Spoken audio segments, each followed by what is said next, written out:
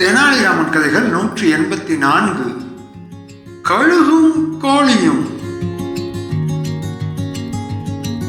விஜயநகர பேரரசில் ஒரு நாள் மாலை பொழுதில் மன்னர் கிருஷ்ணதேவராயர் தனது அந்தப்புற தோட்டத்தில் தெனாலிராமனுடன் உலாவிக் கொண்டிருந்தார். அப்போது அங்கிருந்த ஒரு சிறு பண்ணையில் கோழிகளுடன் சேர்ந்து ஒரு கழுகு குஞ்சும் தரையை கொத்தி தின்று கொண்டிருப்பதை மன்னர் கவனித்தார்.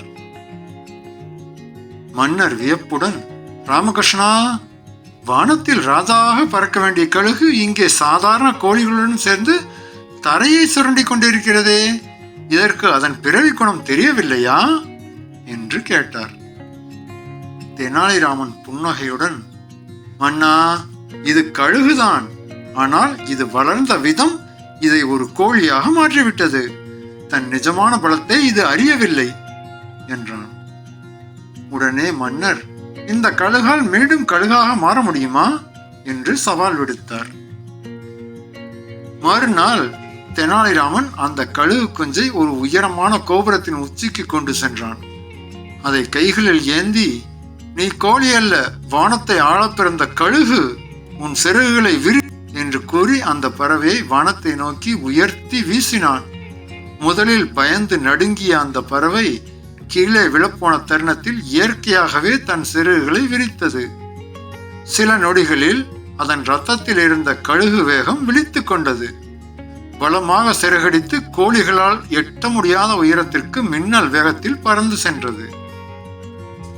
இதை பார்த்த மன்னர் ஆச்சரியப்பட்டார். தெனாலிராமன் சொன்னான், மன்னா, நம் மக்களும் இப்படித்தான். தாழ்வு மனப்பான்மை எனும் கோழி பண்ணைக்குள் சிக்கி கிடக்கும் வரை அவர்கள் கோழிகளாகவே இருப்பார்கள். தங்கள் உண்மையான திறமையை உணர்ந்து சிறகடித்தால் ஒவ்வொருவரும் கழுகாக உயரே பறப்பார்கள்.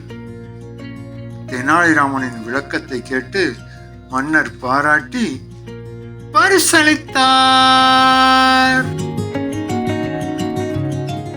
நீதி. தன் நிஜமான பலத்தை உணராதவரை எந்த மனிதனும் வெறும் கோழி குஞ்சுதான்.